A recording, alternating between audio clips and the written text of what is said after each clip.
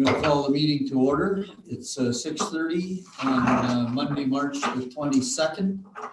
And this is the regular monthly meeting of the Township Council for the Township of Edwardsburg Cardinal.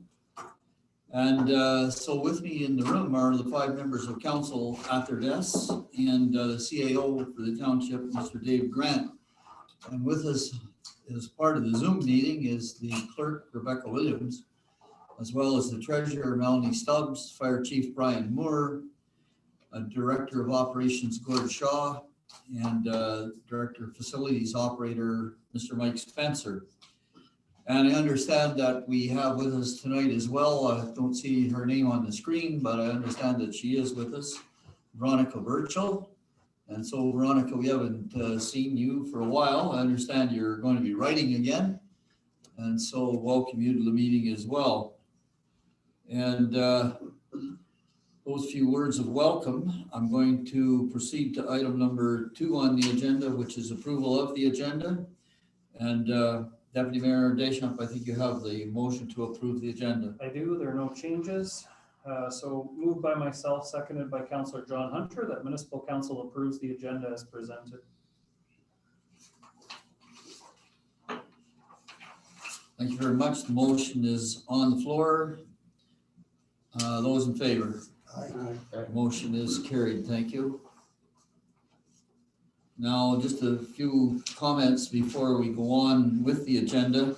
So this is the regular monthly meeting, which is the culmination of 3 weeks of work of 3 different committees, which meet on the first Monday of the month, the Community Development Committee meeting chaired by Deputy Mayor Deschamps.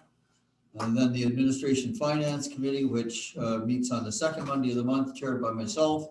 And the third is the Public Works Environmental Service and Facilities Committee meeting, which is chaired by Councillor Camera on the third Monday of the month.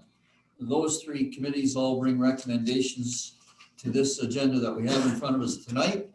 And so all of these items that are on this agenda have been vetted through the committee. And consequently, the pace of the meeting you can expect will be fairly brisk. And so I'm going to item number 3 on the agenda, which is disclosure of pecuniary interest and the general nature thereof. Are there any disclosures here this evening? I have number 8E, award crushed rock tender due to the fact that a bidder on this contract was bid out on Corium by myself. So Councillor Hunter declares pecuniary interest with 8E, and will file the necessary paperwork, has filed the necessary paperwork with the Chief Administrative Officer. And the minutes will reflect that. So on item number 4 on the agenda, which is delegations and presentations, we have none this evening. And I'll proceed to item 5, which is approval of the minutes of the previous council meeting, which was held on February the 22nd.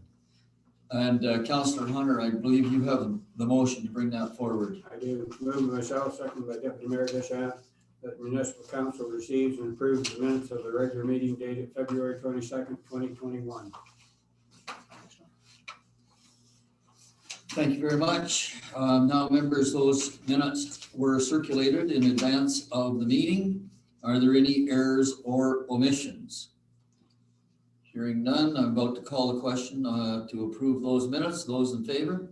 Aye. Motion is carried and no dissensions. And so now I'll proceed to item number 6 on the agenda, which is business arising from those minutes, if any. Does anyone have anything that they would like to bring up as business arising from those minutes? So I hear nothing coming forward. I'll proceed then to item number 7 on the agenda. And number 7 is the approval of various committee meetings that were held during the month. And the first is the Port Management Committee, which was held on February the 17th. Councillor Cameron. Yes, thank you. It's moved by myself and seconded by Councillor Dillabaugh that Municipal Council receives the minutes of the Port Management Committee meeting dated February 17th, 2021. Thank you very much. Discussion, if any? Hearing none. Those in favor? Aye. Aye. Motion is carried. And now I'm going to item number 7B on the agenda, which is Committee of the Whole meeting, Community Development Committee of March the 1st. Deputy Mayor Deschamps. Moved by myself, seconded by Councillor John Hunter, that municipal council receives and approves the minutes of the Committee of the Whole Community Development Meeting dated March the 1st, 2021. Thank you very much. And discussion, if any? Hearing none, those in favor? And just for the sake of anybody who may eventually view this meeting, the big issue now that the Community Development Committee is dealing with, of course, is the new zoning bylaw. And the committee welcomes delegations and presentations at the Community Development Committee meeting.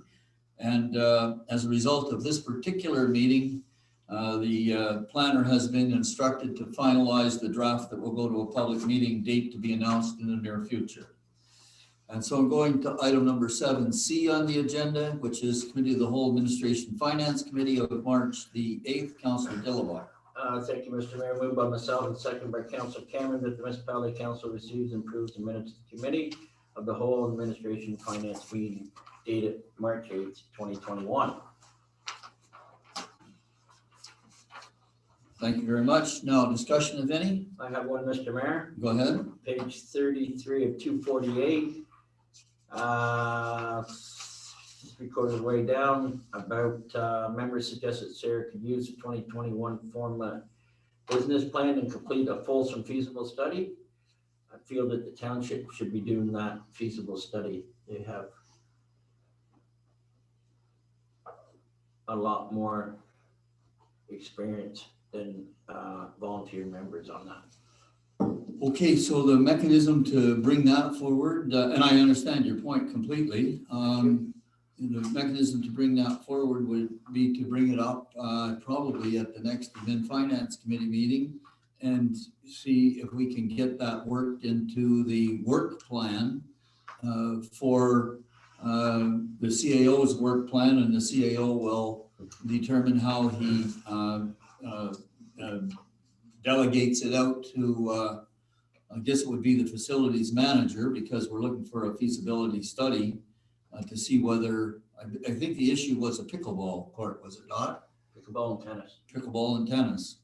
So we'll have the CAO put that item on to the Admin Finance Committee meeting, if you would, Mr. CAO, or Public Works Facilities, maybe. I guess that might be the better place. Yeah. Go ahead. Well, I mean, we deal with a lot of those things at the CDC. I think community development, having the courts and those discussions, especially considering there's 55 people that have already signed their name to it. I think that the CDC is an appropriate place for that discussion. Fair enough. We'll get it on the agenda for the next CDC meeting, if you would, Mr. CAO. Thank you, Mr. Mayor. Okay, and so now, I didn't call the question on the minutes yet. Oh, sorry. So I'm going to call the question on the minutes. Those in favor of receiving and approving the minutes of that meeting? Aye. I have 4 votes in favor, 5. Motion is carried. Thank you. All right, now I'm going to item number 7D on the agenda, which is Committee of the Whole Public Works, Environmental Services and Facilities meeting of March the 16th. Councillor Cameron. Yes, thank you again. It's moved by myself, seconded by Councillor Dillabaugh, that Municipal Council receives and approves the minutes of the Committee of the Whole, Public Works, Environmental Services and Facilities dated March 15th, 2021. Thank you very much. Discussion, if any? Hearing none, vote to call the question. Those in favor? Motion is carried, no dissensions. And I'm going now then to item number 8 on the agenda, which is council actioning various recommendations that came forward from those 3 or 4 committee meetings.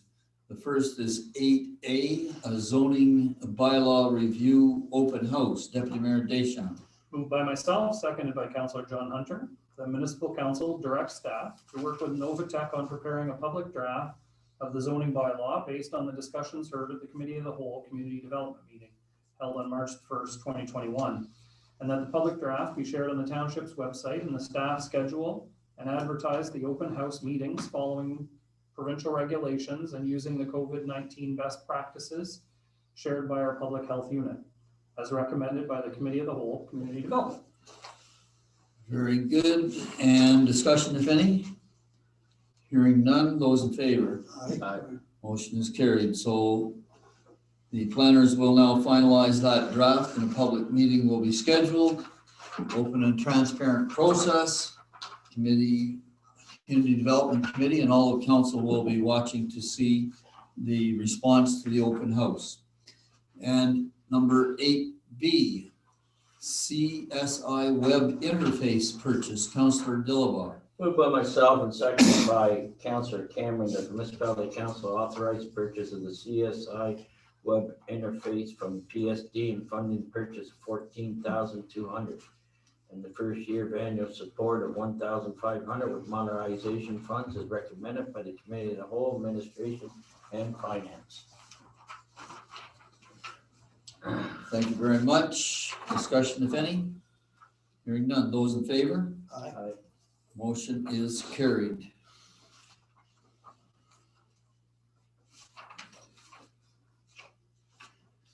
Okay.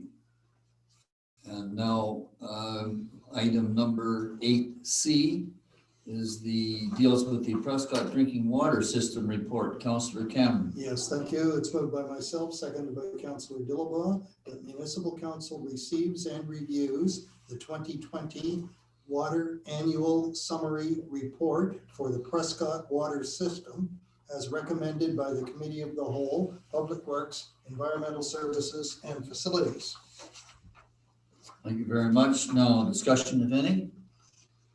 So hearing none, I'll call the question. Those in favor? Aye. And the motion is carried. And just for the sake of the viewers, as you know, the people in New Wexford and the industrial park get their water, basically comes to them from the Prescott Drinking Water System. And that system prepares and sends us an annual report each year, which we receive, and it's now a public document. Anybody can have access to it. And we're quite pleased that our friends from Prescott continue to supply us with water under the terms of the contract that we have with them. And now number 8D, award dust suppressant tender, Councillor Hunter. Moved by myself, second by Deputy Mayor Deschamps, that the municipal council approves and awards the supply of dust suppression tender to Innovation Surface Solutions at the unit rate of 0.1989 cents per liter to a maximum of $55,000, including non-rebated HST as recommended by Committee of the Whole, Public Works, Environmental Services and Facilities. Thank you very much. Now, discussion, if any? I just have one quick question. Go ahead. And it's my own ignorance, and the only reason that I ask is my own ignorance, and I meant to send it through in an email, and I apologize in advance. But on this one and the next one, both tenders came in below the budgeted number, but we approved the spend to the budgeted number, not the tender. So the question would be, why do we do that? Well, I think I'll have the CAO answer that, but. Thank you, Mr. Mayor. So for instance, with the dust suppressant, depending on the type of year that we may have, we may need some spot applications later on throughout the year. So to have that latitude and flexibility. So in other words, we budget for a bit more than we intend to spread and leave ourselves a little bit of leeway if we require an extra treatment. Potentially, yes. If we require an extra tanker or two of material. Of course, and the other thing is we never know what the prices are going to be either. That is part of it as well. I'm just not sure that answers my question. If they bid on what our need was, and our need was $41,000 worth of work, or whatever exactly the number was, why are we approving up to 55? And I think for the crushed rock, it's 91 versus 99. Okay, but go back to the mean, the tender, what did the tender call for, So for the dust suppressant, it called for approximately 210,000 liters. so we call the tender based on liters, Correct. right? And we estimate our budget based on what? We estimate our budget based on, the 210,000 liters, plus what it was, what that unit price was last year. Okay. So the explanation is basically still the same. I don't understand your point here, really. Well, we asked, okay, so if we were buying a truck and the truck was $50,000 that we had as our budget, and the tender came in at $41,000, we would buy the truck at $41,000, not approve $50,000, correct? Yeah, but the two situations are not analogous. I mean, it's not the same, it's not an apt comparison. It's the vehicle is a particular asset in a particular configuration, and that's what we bid for, and that's what they tender to, and that's what we accept. What with the dust suppressant, we asked for liters. We guarantee them so many liters. Yes. And it's on the basis of that many liters that they determine their price. Now, once we know that their price per liter, we can award just to the exact amount in our budget, or we can award to an amount higher than our budget if we feel that their case may come up that we need an extra treatment here or there, depending on the season, the year, the dust conditions. Well, we can't go over the budget. We don't go over the budget. That's why it says to a maximum of 55,000. I'm assuming 55,000 was the budgeted amount. Am I right or wrong? That is correct. Okay, so the tender for the number of liters came in less than the budget, right? Correct. But we're awarding, and we're awarding on the basis of a per liter cost up to 55. Correct. We're gonna guarantee to take the number of liters that we put in the tender, but we may require more. Correct. Not, and we may not necessarily use that. Right, But the additional from the figure that Deputy Mayor is talking about to the 55, we're guaranteed that price. That is correct. Right. the per liter price. Per liter price, correct. That is correct. So if we run out and need to buy more, we have that price Locked in. solidified. I get all of that. My question is, why would we go beyond what we asked for? That's my question. We're telling you, because of weather, road conditions, and a dozen different factors that develop during the course of the summer. So then why wouldn't you just budget for more? We budgeted for 55. We budgeted for 210,000. No. Budgeted for liters. We already heard that. No, we didn't budget for liters. We tendered for liters. We budgeted for 55,000. Correct. Okay, Not knowing what that per unit price would be. right.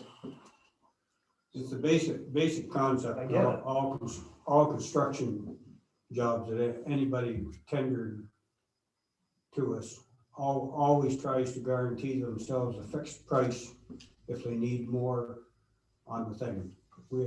If Tackleberry does a road job and they're gonna use 100,000 ton of gravel on his estimators go and know that's what they're gonna use, 100,000 ton. Pretty near all those contracts for the province and county will come in at anywhere from 10 to 20% above that. And then if they decide that they get a real good price on the asphalt or something, they may decide, okay, we can afford to extend another quarter mile on that road because the prices come in and you've got to supply that extra material to us, where if they don't, it's an add-on and it's the same as any contract, then you get stuck because nobody else is going to come in and do that job and there's a contractor already working on that job, so that he just sets the price and say, well, we need an extra 20 ton, but I bid that at 12, but now it's gonna be 15 for the next one. It's- I'm already here, nobody else is gonna come in and do it. It's So, all an effort to protect your unit costs. yeah. Protect the job, basically. Yeah. So I don't know whether that, I mean, Yeah, I get it. okay, so now I didn't call a question yet on the motion itself, which is to approve and award the supply of the dust suppressant tender. Now, any further discussion? Hearing none, I'm about to call the question. Those in favor? Okay, I show the motion carried, no dissension. I'll leave my table for the next. Okay, and that will be then the 8E, which is the award of the crushed rock tender, and Councillor Hunter, having declared the pecuniary interest, removes himself from the table. And Deputy Mayor Deschamps, I think you have the motion. Oh, I do, sorry. Moved by myself, seconded by Councillor, oh, he can't, you can't second that one. Sorry, that's my bad. I need somebody else to sign, sorry. I'll second. Let me pass that too. I can read it off my. Just hang on till I have it in front of me here. I may need it back though, sorry, I may not have this one right in front of me. Oh, I'm good. There you go. So moved by myself, seconded by Councillor Hugh Cameron, that municipal council approves and awards the supply of crushed rock tender to Willis Kerr Contracting Limited at the unit price of $12.25 per metric ton to a maximum of $99,000 included non-rebated HST, as recommended by the Committee of the Whole, Public Works, Environmental Services and Facilities. Okay, the motion is on the floor. Discussion, if any? Hearing none, I'm about to call the question. Those in favor? Aye. Motion is carried, again unanimous. And now I'm at item number 8EF, which is the fire safety grant. And Councillor Dillawa, I believe you have that motion. Thank you, Mr. Mayor. Moved by myself and second by Councilor Cameron. That whereas the government of Ontario announced a one-time $5 million grant to municipality fire service to assist in addressing challenges associated with the training and the virtual inspection due to the COVID-19 pandemic. And whereas Ontario Fire Service has faced unprecedented challenges and have voiced those concerns to the fire marshal. And whereas the ability to train fire service members of COVID-19 environment has brought with new restrictions and despite opportunities to train online through other models. And not all training priorities may have been met over the last year. Whereas the fire department have raised concerns about the fire code enforcement and the ability to enter the premises to conduct inspections to promote fire safety. And whereas the Government of Ontario Fire Safety Grant will work to support fire services through the pandemic. And whereas the Fire Safety Grant will assist in providing fire departments with the flexibility to support ongoing training needs, including registration, administration programming, technology upgrades, costs associated with attending and providing services and opportunities for the inspection program, technology, and additional training to ensure the fire service are able to meeting the demand of training code compliances at the local level. Now therefore be resolved that the council and the corporation township of Edwardsburg Cardinal, 1, direct staff to submit the required fire safety grant application, and 2, direct staff to report back to the fire marshal by required date of September 1st, 2021 to outline how the grant was utilized at the township of Edwardsburg Cardinal Fire Department. And 3, accept the thanks the fire safety grant allocated amount of $6,300. And 4, forward a copy of the resolution to Mr. John Pegg, Ontario Fire Marshal. Very good, very good. And so the motion is on the floor. Discussion, if any. Hearing none. Yes, go ahead. I'm sorry. The $6,300 that we are going to accept with thanks, is that going, through the chair to the CIO or Chief Moore, is that going to be enough for us to accept? Well, it enhances what's already in our budget. I guess that's the way to put it, but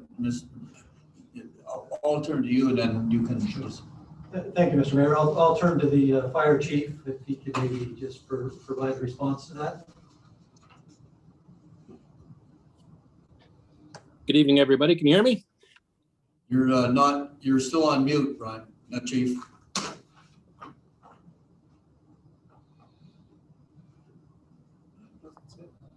How about now? Still on mute, No volume. no volume. We don't have one. Hang on 1 second. Just give us a 10 count, Mr. Chief. 1, 2, 3, 4, 5, 6, 7, 8, 9, 10. Can you hear me? Nothing. Hang on just 1 second. Can you hear me? Would you give me a wave?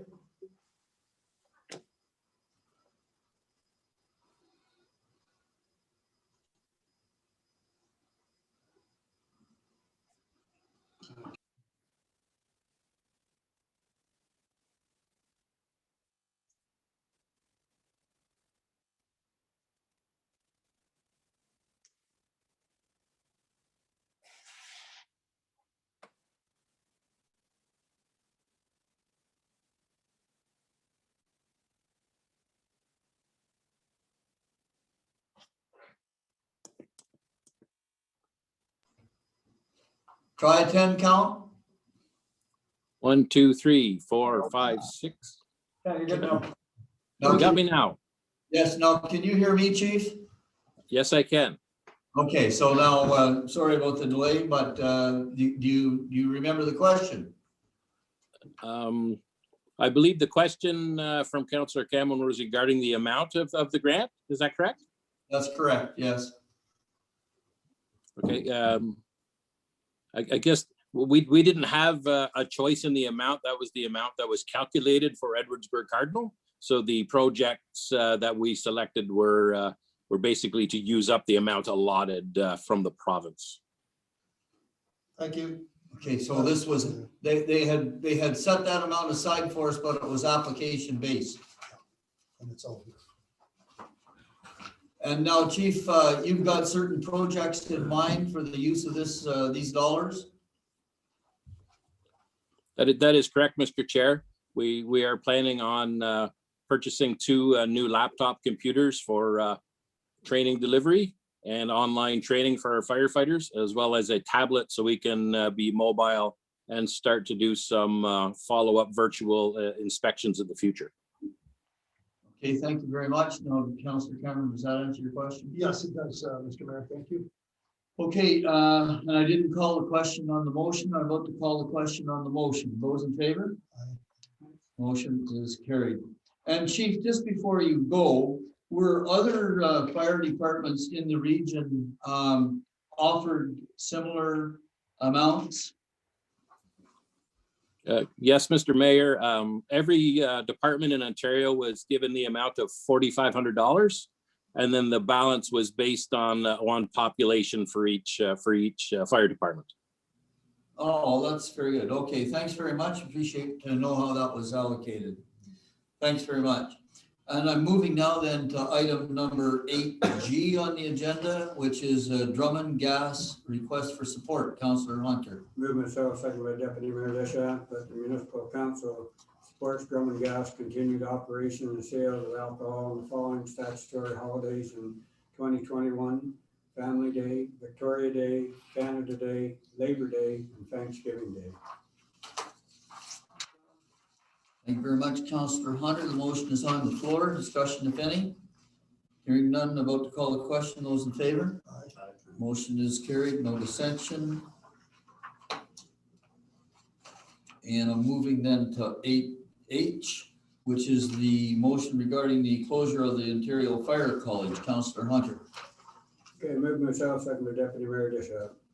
Whereas the Ontario Fire College has been in operation since 1949, where its primary responsibility is to develop and deliver academically sound educational and hands-on training program to meet the needs of both today's and tomorrow's fire services. And whereas the Ontario Fire College's main objective is to assist the students become the best trained and most professional members of the Ontario Fire Service.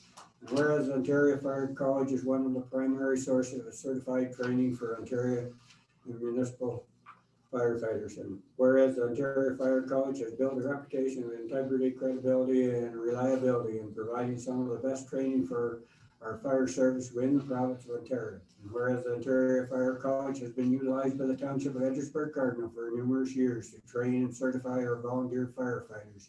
And whereas the Township of Edgersburg Cardinal Volunteer Fire Department is on call 24/7 for 365 days a year with regular jobs and families that expect them to come home safely each and every time. And whereas the Ontario Fire College provides firefighters with another option other than regional training centers to obtain their National Fire Protection Association certificate.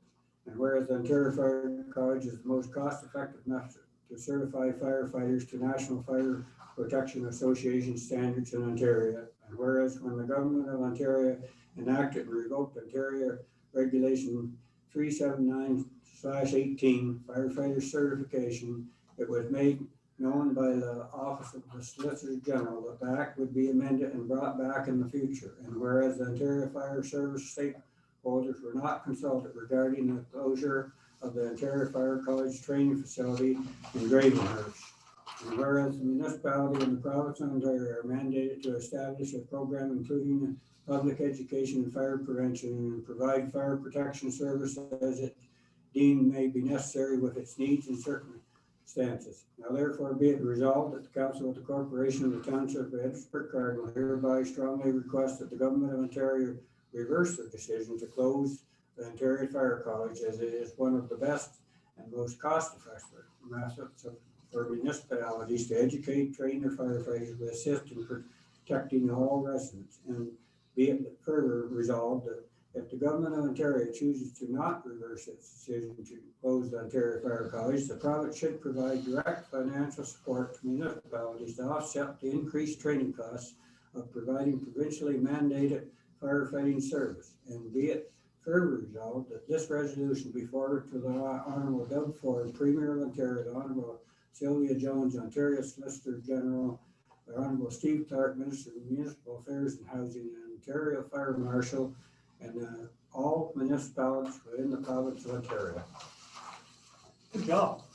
Wow. On motion, but Glad you felt got that it. we should get this in. So discussion, if any? Hearing none, I vote to call the question. Those in favor? Motion is carried. I'll mark it carried unanimously. And let's hope that saner heads will prevail here, as this has been a well-used service. So I'm moving now to a next item on the agenda, which is 8I, which is a site plan control agreement for homes. And Councillor Dillabaugh, I believe you have the motion. Thank you, Mr. Mayor. Moved by myself and seconded by Councilor Cameron that the Municipality Council repeal bylaw 2001-74 that adopts existing site plan control agreement and replace the agreement by adopting a bylaw to enter into the site plan control agreement with Russ Homes Transport, Inc. for 1026 County Road 2 as attached. Okay, thank you very much. The motion is on the floor. And so discussion, if any? Okay, I'm just going to bring a couple of things to the attention of council before I call the question on this motion. On page 117 of 248, there are a couple of things. Well, and I think I'm going to go back a bit further than that to start, which is back to the beginning. I can just find it here. The first,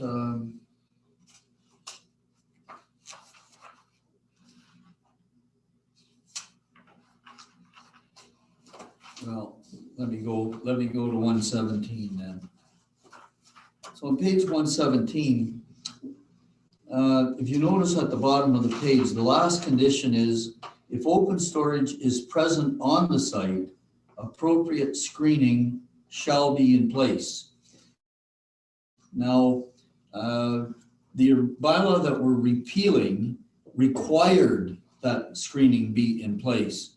So when we repeal that bylaw, the requirement to have screening in place disappears and is replaced by this sentence, if open storage is present on the site, appropriate screening shall be in place. So in essence, we're taking view of the fact that this proposed development is fair distant from County Road 2, and we're hoping, and I think we have some assurances that there will not be open storage at the site.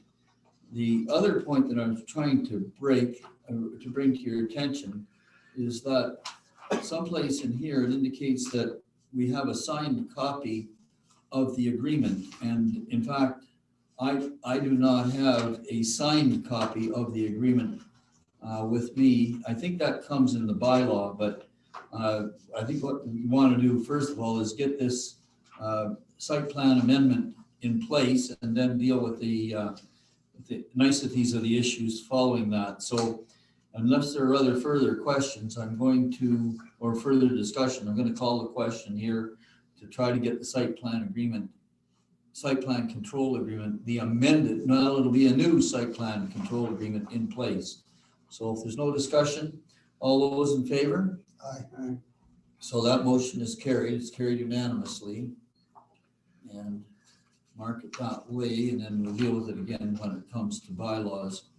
So item number 9 on the agenda is correspondence, and Councillor Cameron, I think you have that motion. I do, thank you. It's moved by myself and seconded by Councillor Hunter that Municipal Council receives the correspondence listings for the following dates as previously circulated. March 1st, 2021, March 11, 2021, March 18, 2021. So 3 packages of correspondence during the month. Discussion, if any? Hearing none. Those in favor? Aye. Motion is carried. And so now I'm at item number 10 on the disbursement sheet, which is on the agenda, which is approval of the disbursements. And Deputy Mayor Deschamps, I believe you have that motion. Moved by myself, seconded by Councillor John Hunter, that Municipal Council approves payment of the municipal invoices circulated and dated as follows. Report dated February 25th, 2021-13, $181,167.65. Report dated March 1st, 2021-14,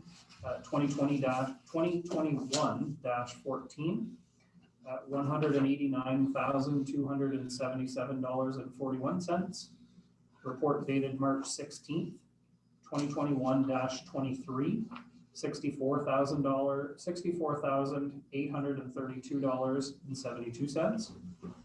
Report dated March 16th, 2021-24, $139,370.01.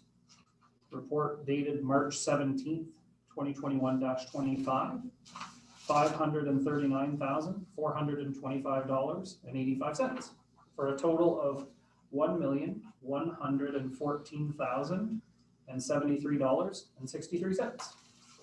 Thank you very much. Now, the disbursement sheets were circulated. Discussions, if any? I have many, Mr. Mayor. Well, go ahead. And some will probably answer. I'll need help for tomorrow or end of the week. Page 123 at 248. Simcoe refrigeration. Do we have a brine leak in that new rink? No. Or was that dispensable? Fixed brine leak and 4 condensers and bearings. $5,253. Mr. Chair, I'll, not sure if Mike Spencer is able to speak to that. Mr. Spencer, are you there? Yes, I am. Certainly. Good evening, gentlemen. Yes, the brine leak was at the Spencerville Arena in January, I believe it was. That was the one with the info. Okay, so it wasn't the Cardinal Arena. No. Thank you. That's, I remember that one. Yeah, thank you so much. Page, next one, Mr. Mayor, may I? Yes. 126, 248. Strong Coat Limited Partnership Grader Repair, 3,527. That's when we got an email on, Dave, about steering or something? Or it wasn't working right?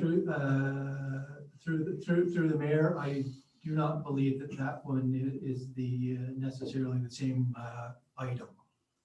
So there's different ones, because down below, we get another 3,000 with this grader number 1. Yeah, those will have to, through the mayor, unless their director of operations, Gord Shaw, knows off the top, we'll have to do some follow-up. Okay, thank you. Mr. Shaw, are you able to step in here and provide some light on the question? Good evening. I'm sorry, I don't have that information with me at this time. Okay, so someone will have to undertake to get back to members of council with the answers to, there seems to be 2 questions there centered around grader number 1. There appears to be 2 invoices in question. Is that right, Council? Yeah, we'll come up to another one here shortly. Okay, go ahead then. Page 130 of 248, GT Automotive, $1,051. What vehicle was that, or what was it? Does anybody know on that one, please? Range actuator control repair. No vehicle number. I don't even know what it is. What is it? Well, let's see if we can find out. Sorry. For my own sake. Sorry, Mr. Mayor, what page was that? That's 130 of 248. Okay. And it's GT GT Automotive. About the middle of the page. Okay. I'll need to confirm that. Okay, that's fine. Page 131 and 248, that's another one, grader 13337, I guess. Now is it Strongo again? Yes, Okay, there it is, You there's see it, man? Strongo. yeah, And it's, 3337. yes. So there's the second grader number 1 for 3,000, little over $3,000, so total over 6,000 on that grader on, I guess it's not the same disbursement sheet, but same vehicle, same piece of equipment. Yep. Other questions, Counselor? I do, and that's it. Mr. Mayor is on page 136 to 248. Patterson McDougall building claim, $704. Just one little clarification on it. Which one is it again? It'd be on page 136 to 248. And it's Patterson McDougall LLP building claim, $704.16. If I could have a clarification in the near Mr. future. CAO? So, thank you, Mr. Mayor. That's regarding an ongoing claim, and that's still in progress. So I'm certainly not going to speak to that in the public forum. Okay. Thank you. Well, okay, but who is Patterson McDougall legal That firm? is correct. Okay, but we're cash flowing taxpayer dollars to that legal firm. Correct. Are they representing the complainant or are they representing us? They are representing us. They're representing us, okay. All right, so that's some sort of an interim billing, I assume? Correct. Now, is this claim not going through our insurance company? It is. Is our insurance company, oh, we have a deductible and that's part of the deductible. Okay, do you understand the reason? Yeah, I do. Thank you. And I am done. Well, yeah, I'm done. Okay, so Councillor Cameron wants in. Yes, I think I know the answer to this through the chair to the CAO or Mr. Spencer. On the same page, 136, Town of Prescott, $56,500. It just says sale of items. I know we bought a Zamboni. Is that? Thank you. Yes. Through the chair, that is correct. That is the Zamboni. Yes, thank you. That's all, Mr. Mayor. I have.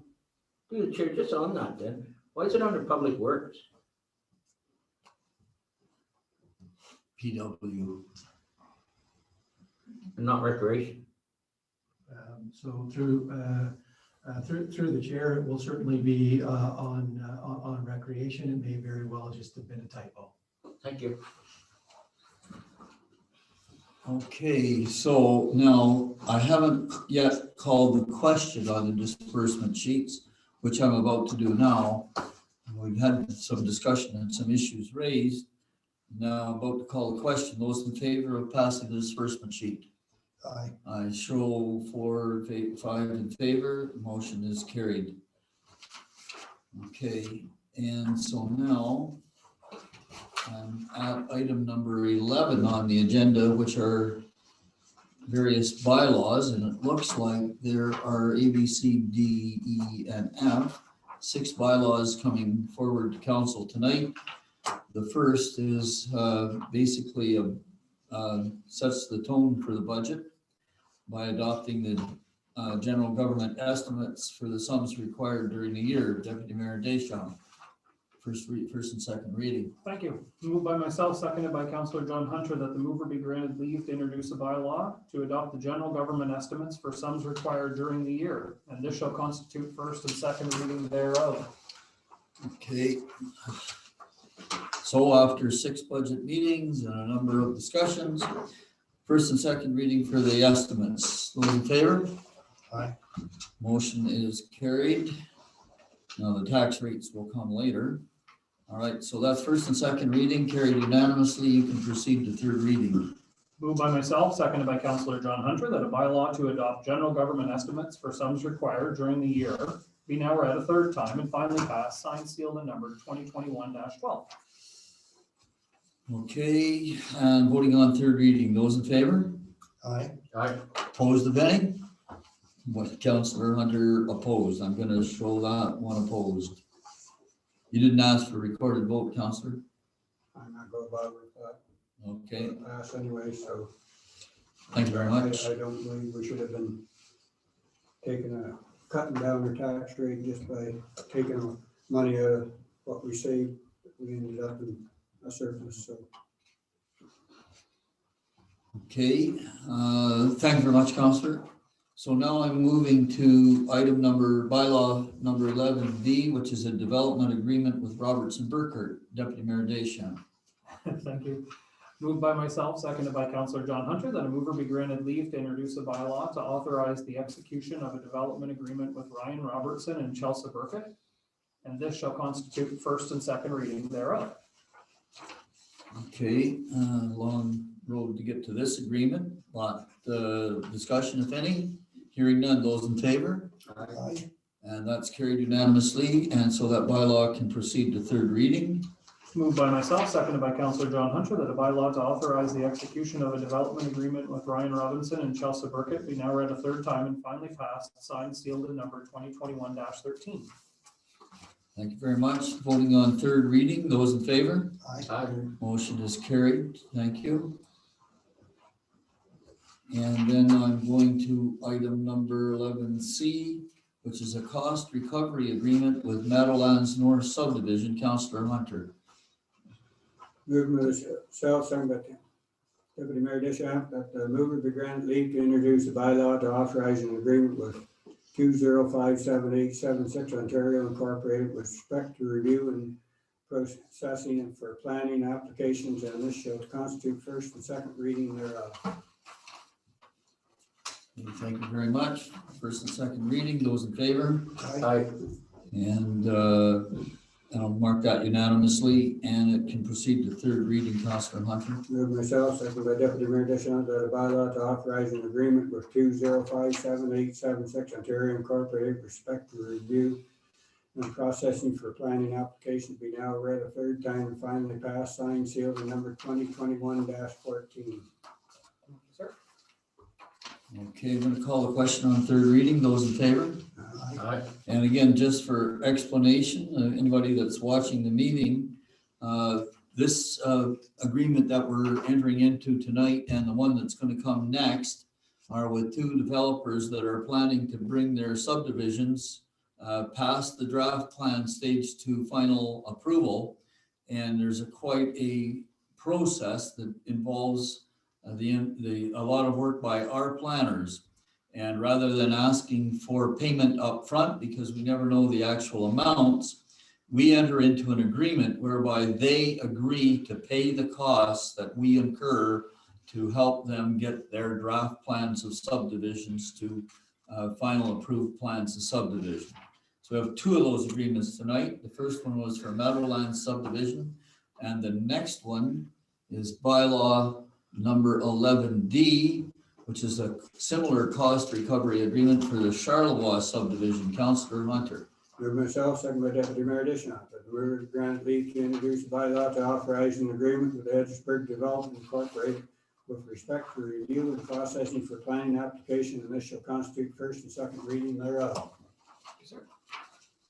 Thank you very much. And this subdivision has been around for quite some period of time. It just received a 3-year renewal from the United Counties a year ago. It has 2 years left to run, but the developer must bring it to its final state, or the subdivision agreement will lapse.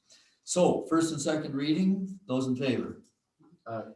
And so that's carried unanimously. Councillor Hunter, go to third reading. Moved myself, second by Deputy Mayor Dishon, that a bylaw to authorize an agreement with Edgeburg Development Incorporated with respect to review and processing for planning application be now read a third time. Finding passed, signed, sealed, number 2021-15. And that agreement is now coming forward for third reading. Those in favor? Aye. And that's carried unanimously. And because there is anticipated, there's some issues that we'll have to watch as we go forward before we sign that agreement. But we're authorized to do so. And now I'm at bylaw number 11E, which is the fire department photocopier lease agreement. Councillor Cameron. Yes, thank you. Moved by myself and seconded by Councillor Hunter, that the mover be granted leave to introduce a bylaw to authorize the mayor and clerk to execute a lease agreement with Future Office Products, and this shall constitute first and second reading thereof. Thank you very much. And discussion, if any? Hearing none. Those in favor? Aye. And so that's carried unanimously, and you can proceed to third reading. Thank you again. Moved by myself and seconded by Councillor Hunter, that a bylaw to authorize the mayor and clerk to execute a lease agreement with Future Office Products be now read a third time and finally passed, signed, sealed, and numbered 2021-16. Thank you very much. Calling the question on third reading. Those in favor? Motion is carried. All right, and now I'm at bylaw number 11F, which is a site plan control agreement for Mr. Holmes. Councillor Dillabaugh. Thank you, Mr. Mayor. Moved by myself and seconded by Councilor Cameron that the mover be granted leave to introduce the bylaw authorizes the execution of the site plan control agreement with Russ Home Transport Inc. and shall constitute the first, second reading thereof. Okay, so this is the first and second reading for this bylaw for a site plan control agreement, and I just draw your attention then to page 197 of 248. It authorizes the mayor and the clerk to execute an agreement with Russ Holmes Transport Inc. And that a signed copy of the agreement is attached here too as Schedule A, but there is no signed copy attached, so we'll have to get that organized before we execute. So those in favor of first and second reading? Aye. And that is carried unanimously. Councillor, you can proceed to third reading. Thank you, Mr. Mayor. Moved by myself and seconded by Councilor Cameron that the bylaw to authorize the execution of site plan control agreement with Russ Holmes Transport Inc. We now read a third time, finally passed, signed, sealed, number 2021-17.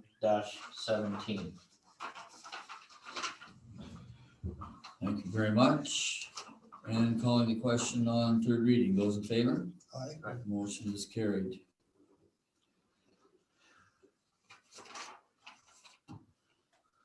All right, and now I'm at item number 12 on the agenda, which is the CAO's administrative update. And I think what I'm going to do is I'm going to have the motion put on the floor. Then we'll have the CAO highlight his administrative update and do a round of questions. And then following the round of questions, I'll call the vote on the motion. So I think Councillor Hunter, you have the motion. Myself, second by Deputy Mayor Disha, that municipal council receives the CAO's administration report as presented. Thank you very much. So over to you then, Mr. CAO, if you'd like to highlight your report. Thank you, Mr. Mayor. I guess we'll start with under economic development. We had a pre-consultation meeting with Greenfield Ethanol. Their consultants, WSP, Novatech, and township staff regarding their planned expansion on the site. We just did a high-level overview of timelines and processes that were discussed at this meeting. And over the next couple of weeks, we'll iron out a few items and bring back to committee and council sort of a timeline for updating the site plan control agreement and what will probably be some staged building permits to get that process started for them to meet their timeline, which was announced earlier this year with that $75 million investment with respect to moving part of the process to from the fuel grade to food and medical grade Alcohol. And our planners, Novatech, were involved in that meeting? Yes, we have Novatech from the planning and civil engineering perspective. Okay. And now, is this project going to be sophisticated enough that we also need the services of the code consultant that we use to approve a building permit application?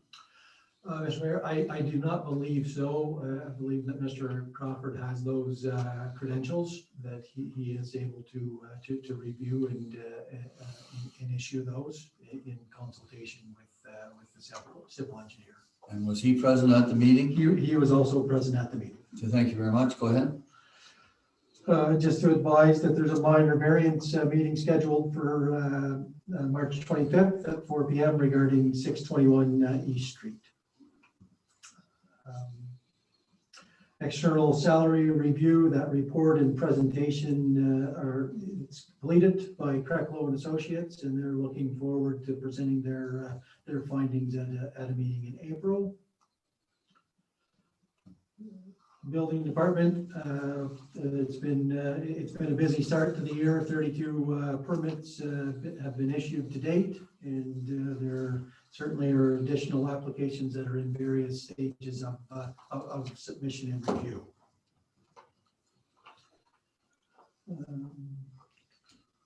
Treasury, federal gas tax annual reporting. The staff have submitted on March 11th the annual federal gas tax report as required as part of the funding. Interim tax bills been issued, and in the first half of the month we've received over 855 payments.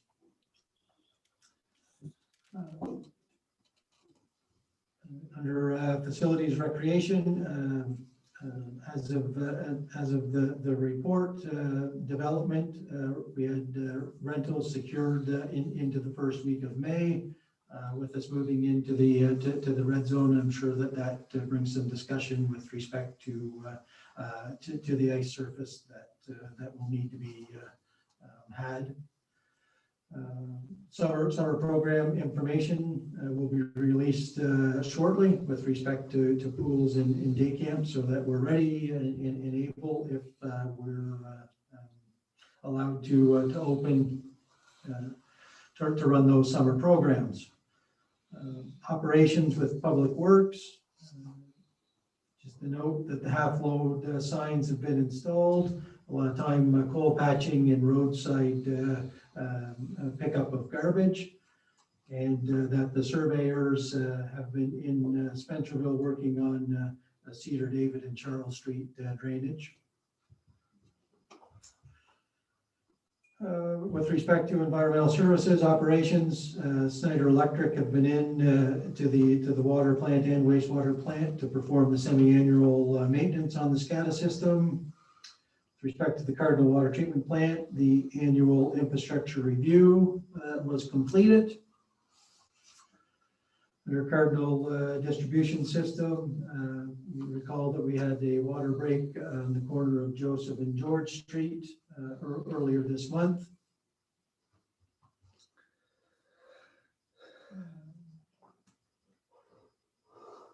It's with respect to the fire department and facilities, that borehole and soil samples were completed in January for the geotechnical and environmental reports. And just waiting on St. Lawrence testing for the geotechnical report. Of note, under fire prevention, an inspection was completed on a multi-use occupancy in Spencerville, and follow-up is ongoing. And I believe that members of council had received some PubEd material with respect to TSSA, the CO awareness and community engagement campaign.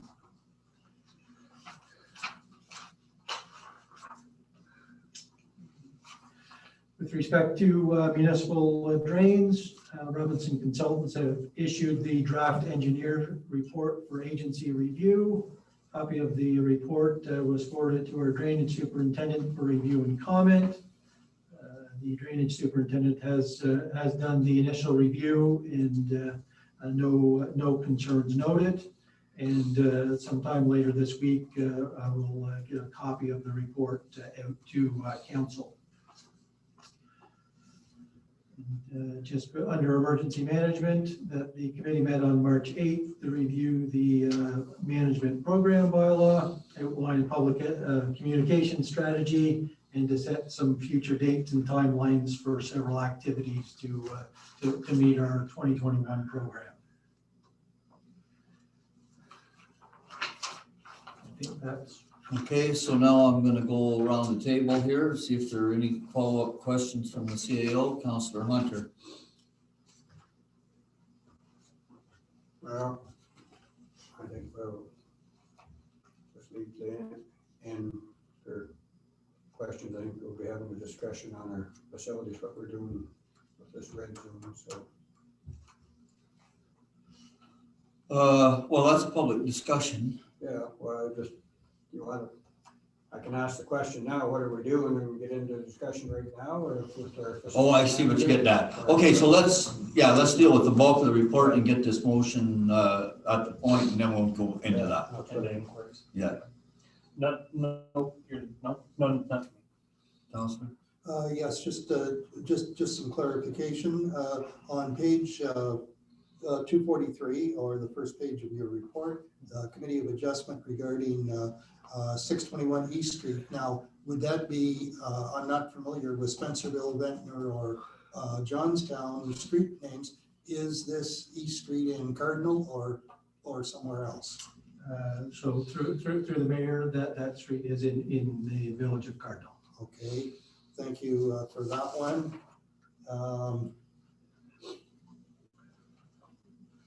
And I see we've hired a part-time person for the fire department. Mr. John Henry. Mr. John Henry. So, yeah, Mr. Henry was with the Prescott Fire Department. Yes. And certainly wanted to continue on in the fire prevention education end of it. That didn't seem to be available at that particular time with Prescott. And he has the training and qualifications, and So I think it's a good use of his knowledge and a skill set to assist. He just won't be responding to making emergency responses. Okay, thank you. I think that's a good fit. Thank you. Thank you. That's all I have, Mr. Mayor. Councillor Dillabaugh. No, I guess I guess we are gonna bring it up, are we? If we're going to red zone for the facility operators? Yes, we're going to discuss that next. Thank you. No, that's it for me. Thank you so much. Okay, so I have several questions, Mr. CEO, if you'd go back to page 243. So first comes the minor variance on 621 East Street. Can you tell us the nature of the variance being sought? For relief on lot coverage. In other words, they want a larger percentage? They want a larger percentage of lot coverage. I believe that it's 30% is what it is now, and they're looking for 41%. It's a move from what used to be a single family dwelling to a semi-detached. On East Street, On East Street. double sewer and water. Correct. And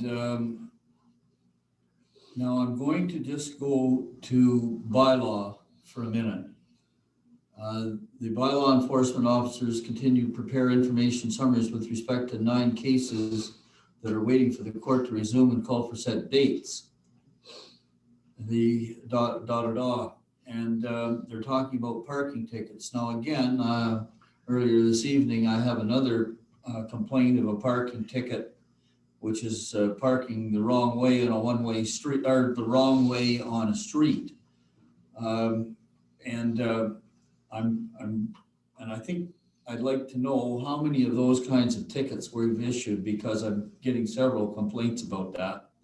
And it just seems to me that if this bylaw enforcement officer is only working 10 hours a week, he could be much more productive dealing with serious issues rather than somebody parked for 10 or 15 minutes on the wrong side of the street. So just going to flag that, because depending on how this works out, I may ask that bylaw be brought forward and amended. Now, I'm going now to page 245. And on page 245, we had the water main break at Joseph and George Street. Do we have any idea of the cost of that repair?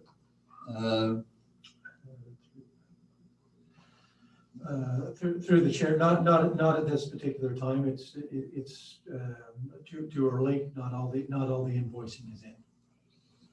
Okay, and then we responded to a water services leak at County Road 2 property. So the leak was on the private property, so the homeowner takes that one, right? That is correct.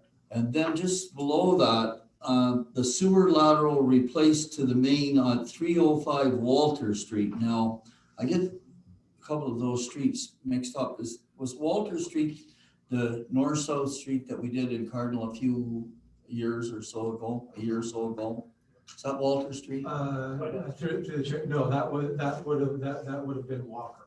That's Walker. Okay, and this is Walter. Well, Walter Street would have been done probably approximately 20 years ago. Oh, okay, all right. So in that case, the lateral failed, did it? There certainly was an issue with with that lateral. And it was done at our expense?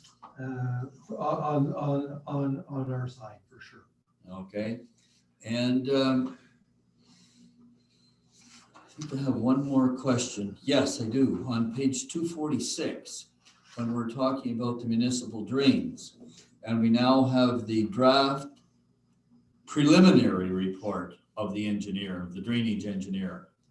Now, it seems that all of the agencies have got one, and that our drainage superintendent has one, and you're indicating that we will eventually, council members will eventually see a copy of this report. I think it's in an earlier email, you indicated that the assessment schedule wasn't with it yet. Is it with it yet? Through the chair, the assessment schedule is not with this. Okay, all right. So we don't have The appendices are not attached to this report at this stage for the technical review. Okay, and then you're going to distribute us with hard copies? Yes, or if somebody just wants an electronic copy, I can provide that as well. Okay, and I guess what I'm going to ask then is that I had a long-standing commitment with Councillor Hunt or Councillor Young in Prescott. You'll remember that this was one of his projects, and it wasn't Prescott that petitioned the drain. When the county petitioned the drain, Prescott was certainly in favor of it. And I did indicate to him that I'd keep him abreast of where the process was running. So if we could have a copy of that sent to the CAO in Prescott and to the attention of Councillor Young, that would be appreciated. And those are my questions. So if there's no other questions, what I'm going to do is I'm going to call the motion to receive the CAO's administrative report, and then we'll go to the issue that Councillor Hunter raised. So those in favor of the motion to receive the CAO's administrative report as presented. The motion is carried. Thank you. And so now can you tell us what the current thinking is then, now that we're in the red zone, so to speak? And I see the prescriptions for the red zone have changed considerably since, what, a month ago? Or yesterday? Well, yes, there certainly has been some adjustments to the zone framework. Okay, first question I'm getting, and I got it several times, is the walking track closed this morning? So through the chair, the walking track is open and it's limited to 10 people. Okay, thank you very much for clarifying that one. Now, hockey. So, I will have our facilities manager, Mike Spencer, speak a little bit more to it. But if I'm correct in the red zone framework, that no practicing or scrimmaging is permitted by any of the teams. So, So, Mr. Spencer, do you want to talk to that? Yes, thank you, Dave. Basically, the teams aren't able to participate in any type of team function. It's really not feasible to rent the ice to any individual that can only have 10 people on the ice. One of them would have to be a coach. I've reached out to pretty much all of our user groups that I had ice rented to for the next 6 weeks. I have had a total of 400 hours booked over the next 6 weeks. So we were quite full for our spring ice, but there isn't anyone that is willing to pay full dollar value for ice rentals when they're only allowed to have 10 people on the ice. They're just not, they won't be able to recoup their cost. So it's just not, in my opinion, it's not feasible to have the ice kept in at this time. All right, Councillor Hunter, did you want in here? Well, that's just my question. I pretty well knew ahead of time the rink was shutting down. Every other rink in the country shutting down. Rockville rink shut down this morning, yesterday. It was done. The figure skaters had to get their test day in on Saturday because the rink was shut down at midnight last night. So I figured we were likely doing the same, and I assume we're shutting down until fall now, that we're not taking a gamble again to start up. Now, my recommendation would be, as Councillor Hunter said, to wait. We typically put the Ingredient Arena in August, and I've already been approached by a number of organizations to put the ice in August. So we will shoot, typically we shoot for the first week of August. If we could open it up a week earlier, then we would. What I did in the spring was I gave a date of April 30th as the deadline as to where we would go. And then I was able to rent another 9 days after that. I was just basically going day for day. So what we'll do is I'll say that we'll put the ice in for August the 7th, which I believe is a Saturday. If we're able to rent the week before, then we'll put it in a week before. And but the deadline, or the early deadline, would be August the 7th to start putting the ice back in. Now, can I, Counselor? So the folks that had ice booked, were we invoicing them as they used it, or are we gonna have refunds to do? No, there'll be no refunds as of right now. Pretty much anyone that had booked ice for the spring, which basically was supposed to start next week, hadn't been invoiced. We had received one payment, but I have not yet cashed the check yet, so the check will be returned to that individual group. So currently there is no rebates that are having to be. Okay, I'm losing your sound here. Currently, there's no rebates that have to be issued. Okay, so, Just talk on the walking track for 1 second, Mr. Mayor. yes, but I still can't hear you. The walking track will be open daily, Monday to Friday, from 7:45 to 3:30. Till 3:30? That is correct, yes. Okay, now how can we get that out? Because I wasn't aware of that. Can somebody send me a note about that I can forward to my contacts? And only We're 10 putting people. that on social media tomorrow, and we currently have a registration list of 64 people that currently use the facility during the day and throughout the week. And we will be contacting those individuals this week if they haven't already been in. We had 23 in today, lockers in today, so they already know the new procedures. And we also have it posted on our door for anyone that comes up to the arena door now. Okay, well, that's going to be quite popular. I know there's a lot of people looking to use the walking track. Did you want in again, Counselor? Just a question on that. If the walking track's gonna be open for that length of time, or are we gonna have to have a student at the door all that time to screen everybody coming and going out of that? Seems Yeah. like a long time to have the walking track open, to be paying somebody, be sitting there all day. That is not the only procedure, or that's not the only job that they're going to be dealing with over the next month or two. They'll be starting to work on our summer program and what have you. So it's not just sitting there to wait for people to come in.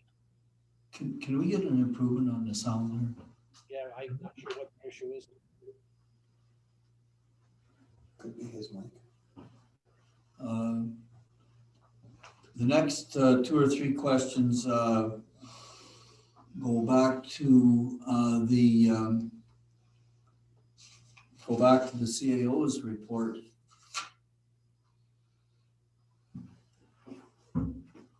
And so maybe I'll direct them to the CAO first, and then you can decide how you want to deal with them. But in your report under facilities and recreation, you indicated that the 3 staff members that were currently on emergency leave will be returning the week of April the 5th.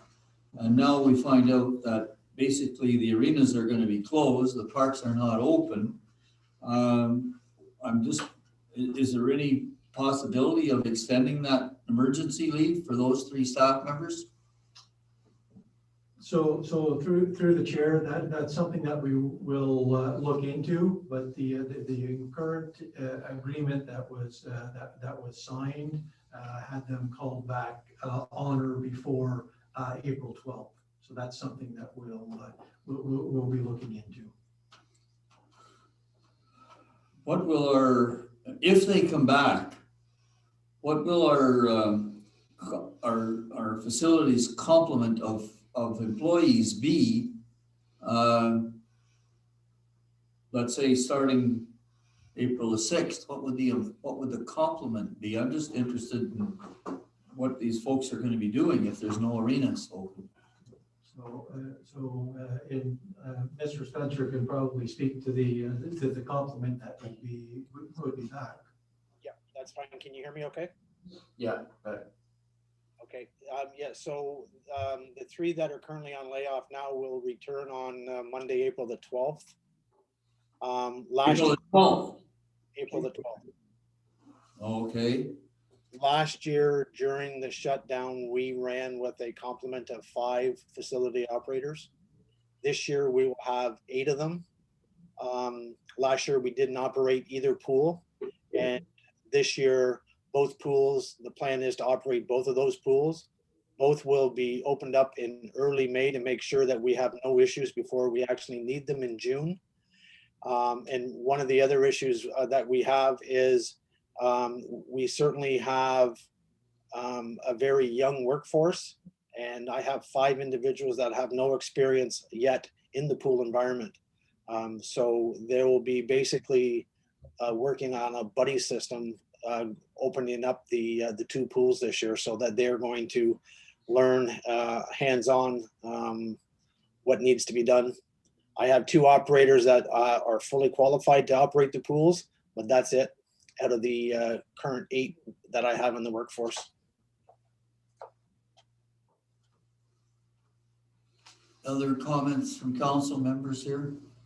Just seems to me that 8 is a bit much to run 2 pools, but what do I know? I'm not saying it takes, Mr. Mayor, I'm not saying that it takes 8. What I'm saying is last year during the summer months, we had a complement of 5 staff that took care of all the needs of the parks and the facilities.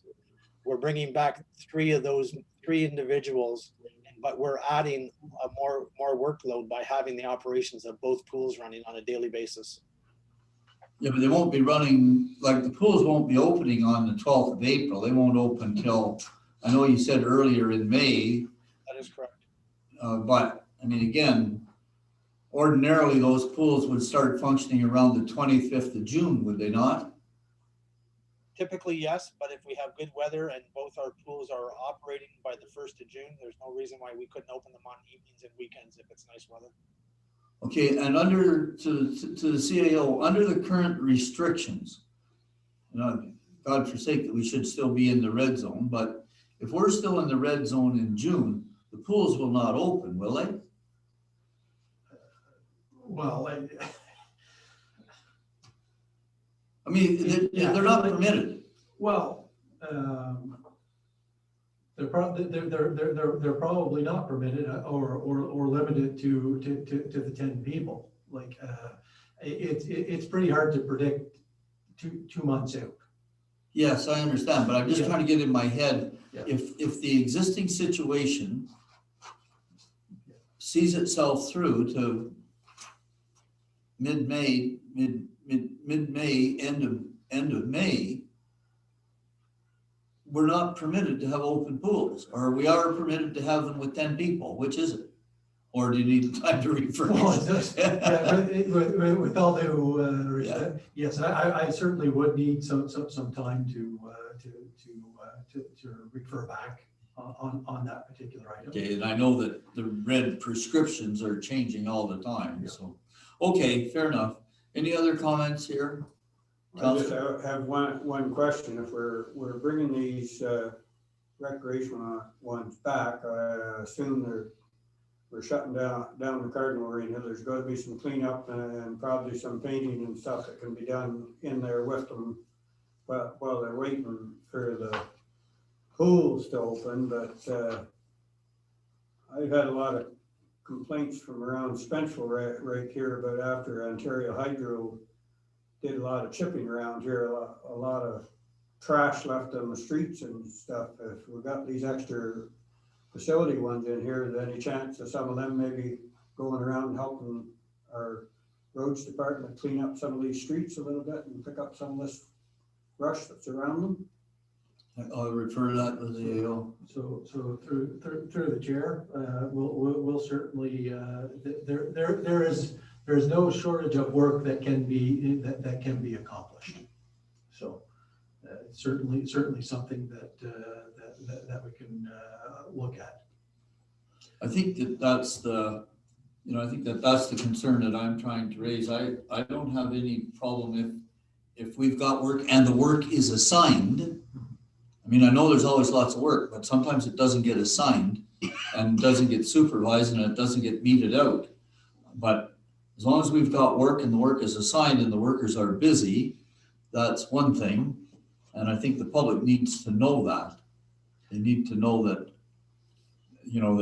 that our workers that are back from leave are busy. And they ask those kinds of questions when facilities get closed. Councillor? One question to her. facility manager too, as you said, you only have 2 trained operators to run these pools. In the lead time that you have these people on here, is there some training that can be done before you actually have to do the pools, that they could get some online training and stuff to get licensed, rather than just the buddy system, but they actually get qualified to do the chemical analysis and one thing and another? Through the mayor to Councilor Hunter, currently right now, Councilor Hunter, there isn't anything offered because of the COVID restrictions. We do have the current 3 members that are off right now just finished their online basic refrigeration course that was offered by ORFA.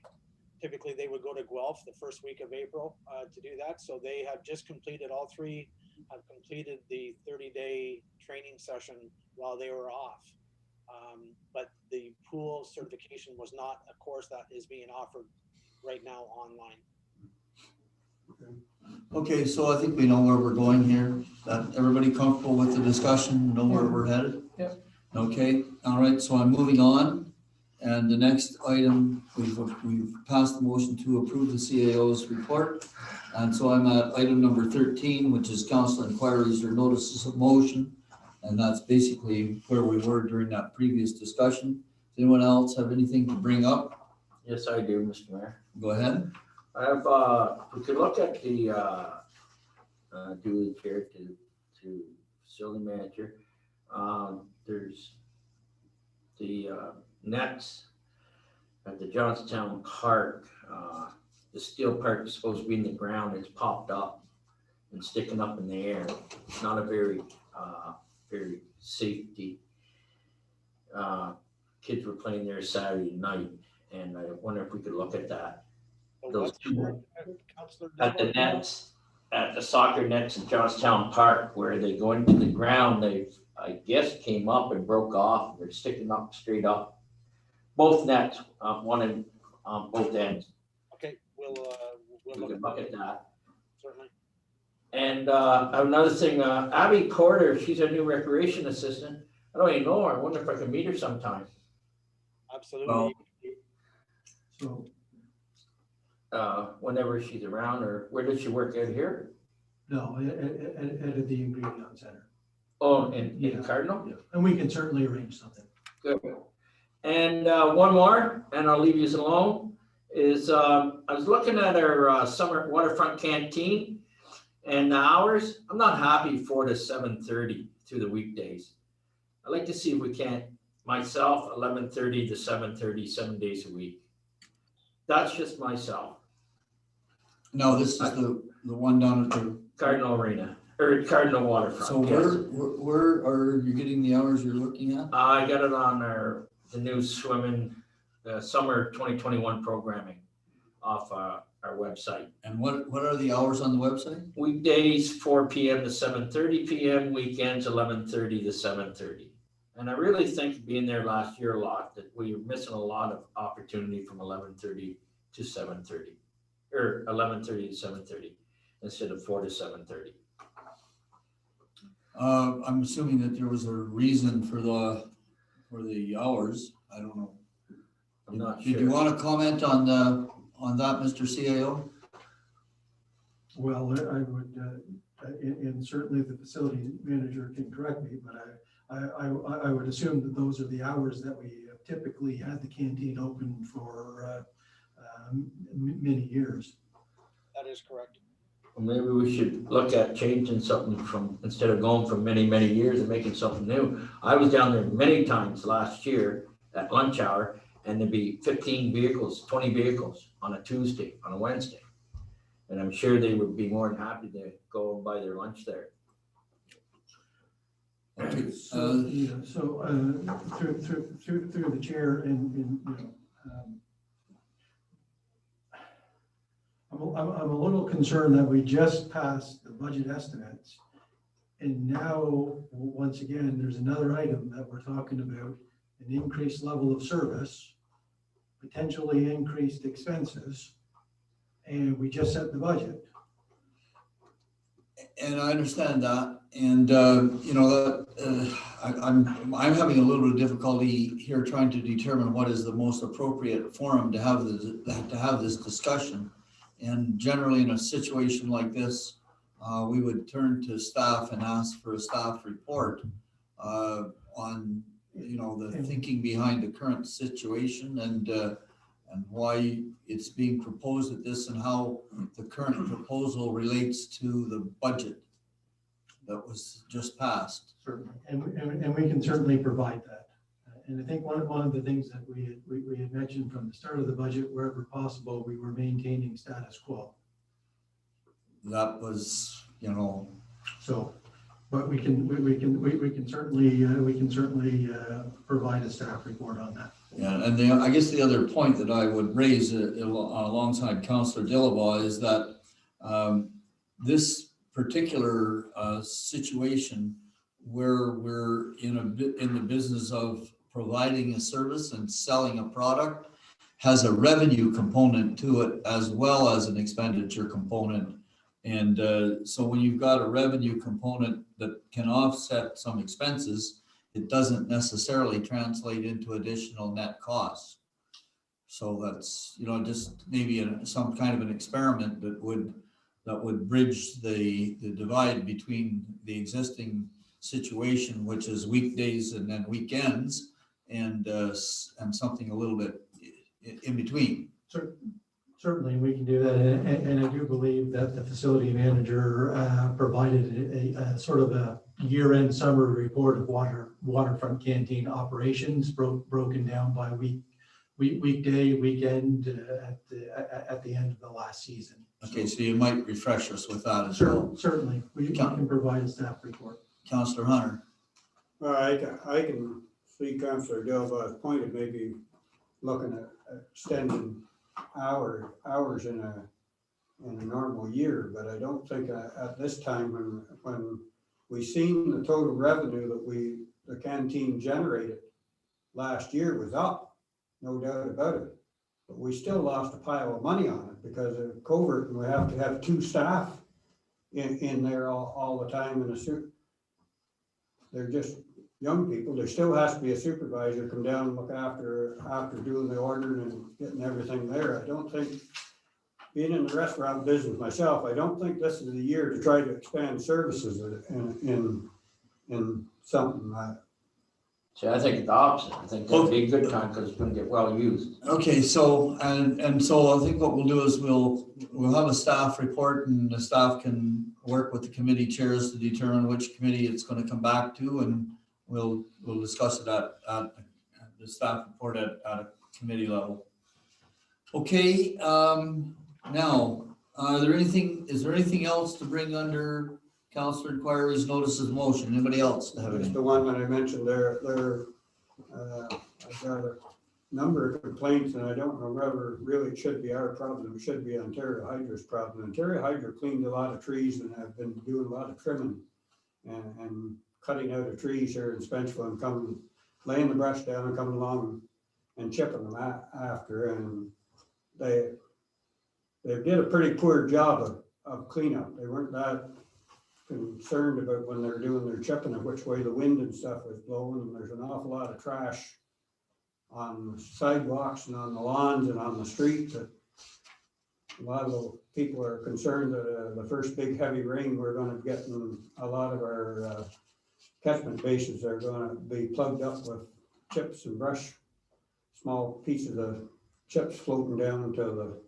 them and either ending up in our sewers or plugging the top of them going. I really think somebody should be looking into it. I think Hydro should have been doing a better job of cleaning up rather than a pretty sloppy workmanship, I think. So. Okay, can we leave that with the CAO and the Director of Operations, and perhaps they can do one of 2 things. I mean, Hydro generally has a supervisor in charge of their crew. I know that I've had them at my place and I've had to be quite diligent on them, or they didn't clean up anything. And so I think if we leave it up to them generally though, when their crew moves on, they move on Yeah. and, you know, they can be 100 miles away by now. But can you follow up with that, Mr. Grant, and maybe Mr. Shaw? We will do that, Mr. Chair. Okay, anything else now under council inquiries or notices of motion? All right, I'm going to proceed then to item number 14, which is the mayor's report, and then the question period. And we do have a closed session at the end after the question period. So I have a short mayor's report, but a number of items.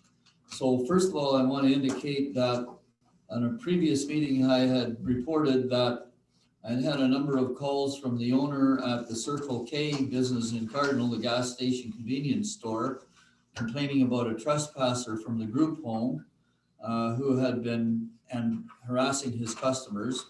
And when I reported earlier, I felt, and he felt, that the situation had been resolved. I had no sooner made that report to council than he started calling me again, asking for assistance. And unfortunately, the police now have indicated that it's not a police matter and they will not be dealing with it further. And the situation did result in a little bit of an altercation there on Thursday. I'm not very happy about the way it went. I guess it was partially my fault. But for certain, this individual was right in our faces. And certainly the business owner was quite upset. He ended up taking her off his property at least once. And we witnessed that and witnessed her coming back. But it's not the kind of situation where the police will get any further involved, and we still don't seem to be able to get any kind of response from the owner operators of the group home. And any questions that we ask with regard to where the group home headquarters is met with the answer, you can look it up on the website. But once we look it up on the website and phone the numbers and leave answers, nobody ever returns the calls. So I am quite concerned about the situation because certainly the effect on this business is noticeable. Just want to report quickly that the CAO and the Port General Manager and myself will have a Zoom meeting on Wednesday with Mr. Rogers from Daily. And as you know from past discussions, we're attempting to provide Daily with some land so that they can increase and improve their operations. But we haven't been able to be successful with that yet. And I just want to bring everybody up to date on March the 24th. I'll also report, because this is a public meeting, that on March the 15th, the Deputy Mayor, myself, and CAO Grant had a Zoom meeting with the Vice President and the Senior Vice President of Infrastructure Ontario concerning our ongoing negotiations to purchase the 10,000 acres of the Edwardsburg Land Bank. The next meeting is scheduled for April the 7th. And I'll be talking more to council about that in the closed session that follows this session. Another report, as you all know, the shipping season opened today. And isn't it interesting that the first two ships eastbound were tanker ships carrying fuel of some sort from Western Canada to the refineries in Eastern Canada. And I think there were 3 ships east today and possibly 1 west. Just for the attention of council, on Friday, March the 26th, this coming Friday, is the Augusta Mayor's Update Breakfast. It's a Zoom update breakfast. Bring your own breakfast. 8:30 to 9:45, and you can register for the Zoom meeting at with the Leeds Grenville Small Business Enterprise Center through Jeanette Johnson. And there will be a presentation by Ian McFall from Burnbrae Farms. And then I understand that the Mayor of Augusta and the Mayor of Prescott will have an announcement, and Minister Clark will be there as well. And also for council members, and I think you saw the email from Wendy Van Kulen, our Community Development Coordinator, has been asked to speak at the South Grenville Chamber Awards Banquet on Thursday night. Again, it's a Zoom meeting from 6:30 to 8:30.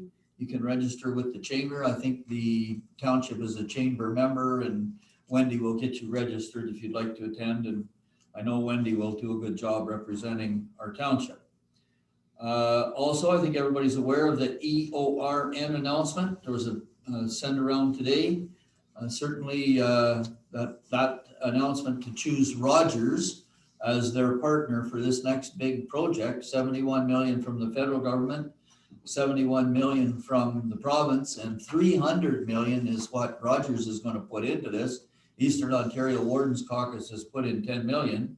They guaranteed to close the cell gap problem for 99% of the highways in Eastern Ontario, from Kawartha Lakes to the Quebec border.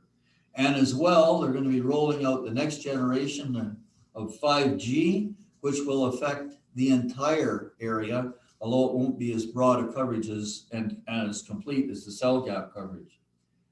And one last thing, the job site challenge.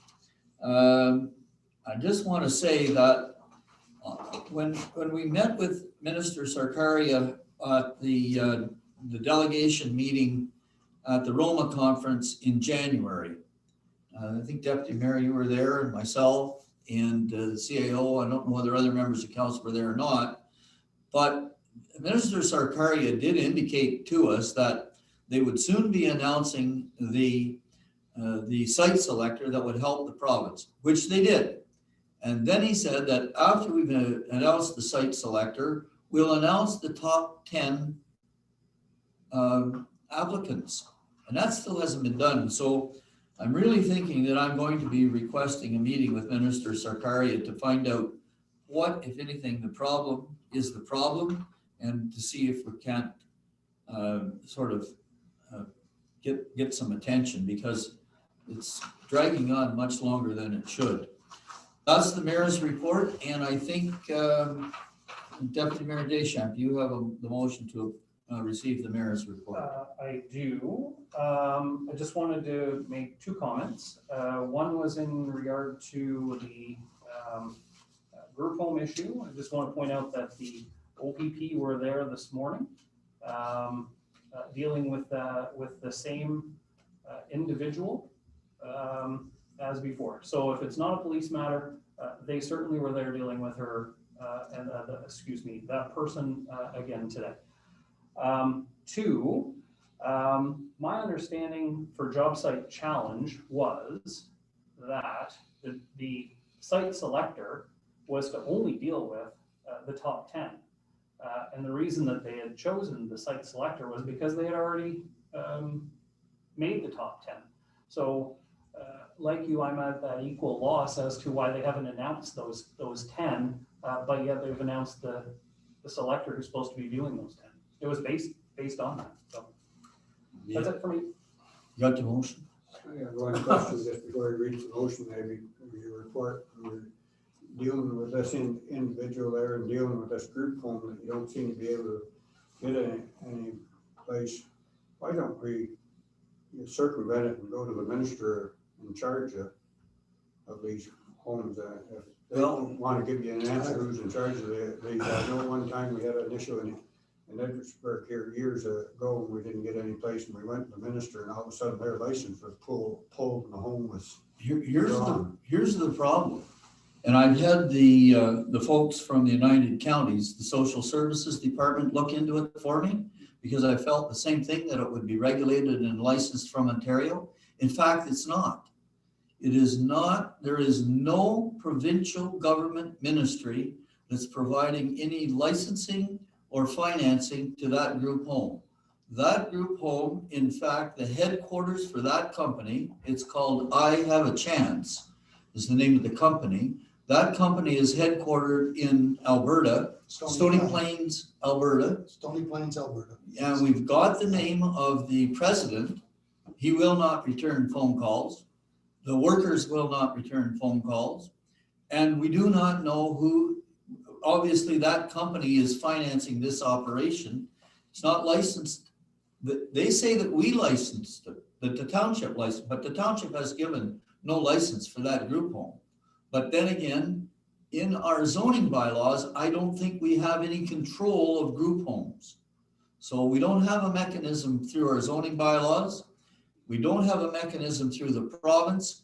And to make it even more of a conundrum, I'm told that the individual in question that's causing the problem, and I have to admit, I mean, I know that this individual is mentally challenged. There's health issues. I understand that.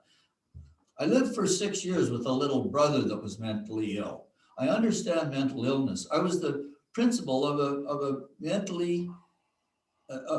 a school for mentally challenged kids for a number of years. I understand the issues. But the point is, this individual appears to be from Nunavut.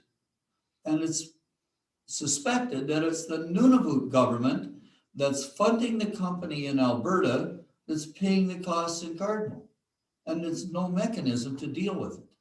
Very, very hard situation to deal with, especially when she's chasing business away from a tax-paying business. And I mean, people are leaving. When they see her approaching their cars as they're stopped for gas, they just go on to the next gas station. Simple as that. Councillor? Just to add to your preamble there, Mr. Mayor, is that during the altercation on Thursday, I think it was, there was the two group home workers that were supposedly supervising this lady allowed this woman to approach strange people without trying to restrain her in any way, shape, or form, which put her in danger, which I consider could have been serious danger. No mask, approaching people without a mask. So that is somewhat serious. And I've been doing a little research on it, and it appears now that there's also we'll refer to it as a branch. I don't know what else to use in Ottawa now. So They're independently run. Oh, they're private, absolutely. Yeah, absolutely. Yeah. And they obviously are, I mean, I realize they have a difficult job to do, but the workers, they have a responsibility to that individual as well as to the general public. And I can see a situation developing where someone may not have the same, some individual that stops for gas may not have the same tolerance level as others and may end up taking physical action against this individual because just approaches right to the car, right in people's face. Almost climbs right into it. Yeah. Yeah. And you've also got to remember too, that Cardinal is the only service station between 401 and the St. Lawrence. So people coming off of 401 could be from anywhere, could be total strangers to the environment and whatnot. And I just think this woman is in jeopardy by her being allowed to approach cars. I mean, I gotta weigh in, guys, like, I've been approached by her lots of times too. And I wished her well. I told her to have a nice day and I moved on. I mean, the last thing that I think my job as a counselor to do is to be going to Circle K and talking directly to someone who's deemed to have some form of health issue and is here in a group home. Like,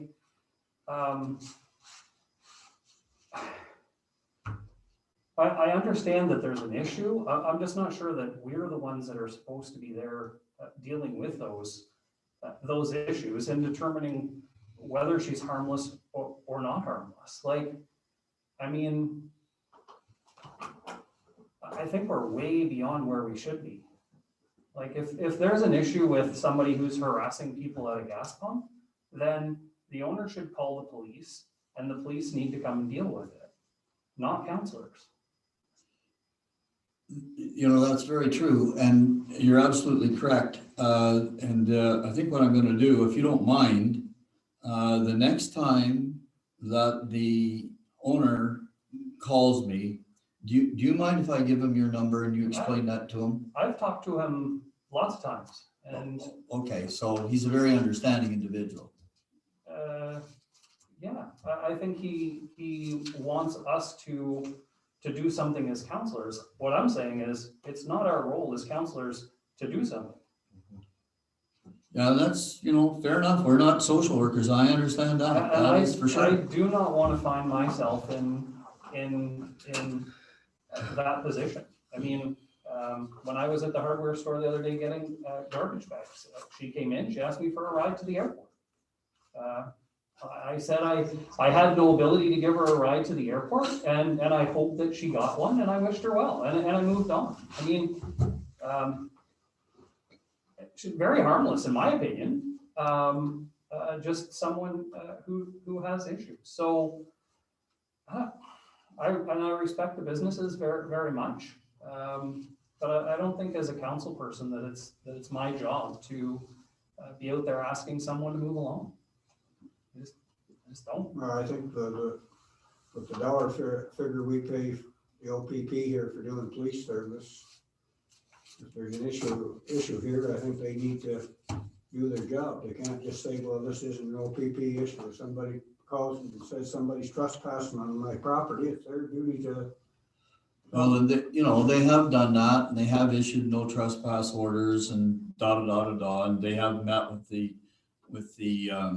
supervisor at the group home and they have had several talks, but I mean, Staff Sergeant Peralt was very curt with me on Friday afternoon and indicated to me that they would not be responding. On Thursday, the owner had called the police. They told him that they were on their way. And 15 minutes later, he said, no, they've told me that they're not coming.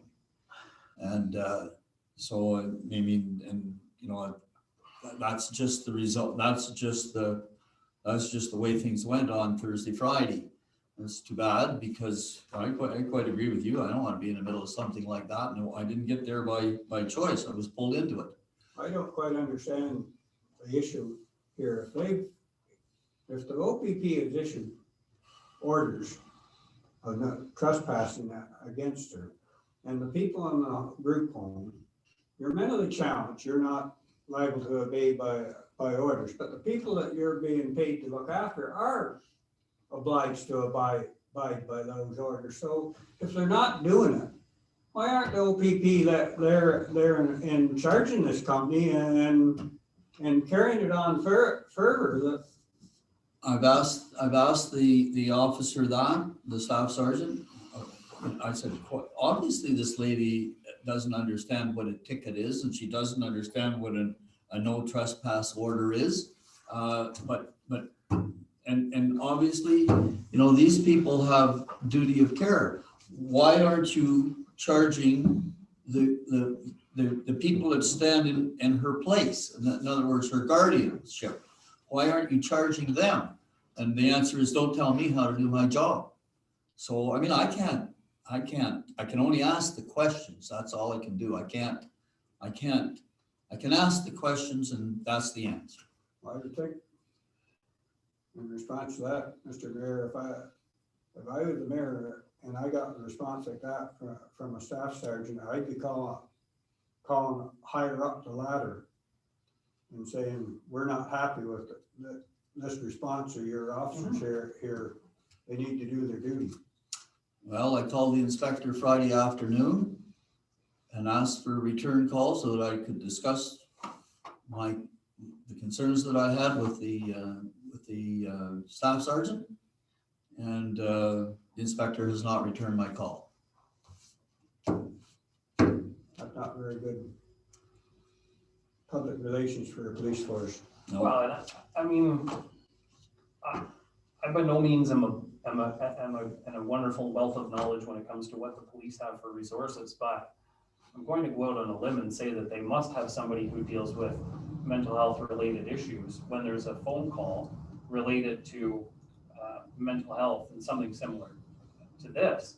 And it would shock me if they don't have at least someone to deal with situations similar to these, and to get the response that you got seems a little bit bewildering to me. Well, and maybe that's who was there today. Maybe they do have. I knew some- the officer that was there today, and it was all I could do not to stop, but I kept going past because I didn't want to get myself involved in it. So, but to the best of my knowledge, unless that one has some different style of training, it was a regular police officer. Okay, well, in any case, let's have the motion and get into this closed session here. Okay, Motion to Yeah. receive the yeah, no, I minutes. was gonna ask something else, I just won't. Moved by myself, seconded by Councillor John Hunter, that municipal council receives the mayor's report as presented.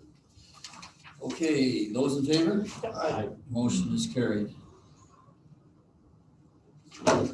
All right, now, item number 15, there is a question period, and Mr. Grant, you did indicate that She's not there. the press was present, or are they there for questions? So, No answer. Mr. Chair, I do not believe that the press did Perfect. come into the Zoom meeting. The clerk? No, wasn't in attendance? Through the chair, I sent the invite and spoke with Ms. Birchall earlier this afternoon, and I sent her another email less than an hour ago and have not heard a response back. However, she did accept the Zoom invitation. Oh, okay, all right, so she got the invitation, she accepted the invitation, but she's not present. Correct. Okay, fair enough, thanks very much. She can So there are no questions for from other sources then? close session. Okay, so we have a closed session, and I need the motion to go into the closed session. Councillor Hunter. Myself, second by Deputy Mayor Bishop, that the municipal council proceed in closed session at 8:26 PM in order to address a matter pertaining to one, section 239(2)C, proposed or pending acquisition of disposable land by the municipality or local boards, specifically Edwardsburg Land Bank IO meeting update and minutes of closed session dated February 22nd, 2021, section 239(2)B, personnel matters about identified individuals, including municipal or local board employees, specifically recreation and administration. Thank you, sir. Okay, motion to go into closed session. Those in favor? Yes. Motion is carried. And so now we'll Deputy Mayor Bishop, the closed meeting is now adjourned and the open meeting of the municipal council that now resume at 9:55 PM. 5 minutes closure down. It won't Okay, take that. those in favor? Yeah. Aye. Right. Motion is carried, and so now we're in open session. And so does the clerk need a minute to go back into open session? Or can I just go right ahead here? It says recording. Good to go. You're good to go? Yeah. All right, so I'm reporting out from the closed session. So the council met in closed session under section 239, section 2C and 2B. And we discussed and reviewed the minutes of the closed session dated February the 22nd. And Councillor Dillabaugh has a motion. Moved by myself and seconded by Councillor Cannon, that municipality council receives and approves the closed session minutes dated February 22nd, 2021. Those in favor of the motion? Aye. Motion is carried. And then reporting further from the closed session, council discussed specifically the purchase of the Edwardsburg Land Bank and developed some strategies for continued meetings with Infrastructure Ontario. And under section 239(2)B, the council discussed, council had a briefing from the CAO regarding municipal individual or an identifiable individual, and council provided some direction to the staff. So that is the report from the closed session, and now I'm looking for the confirmatory bylaw. Who has the confirmatory bylaw?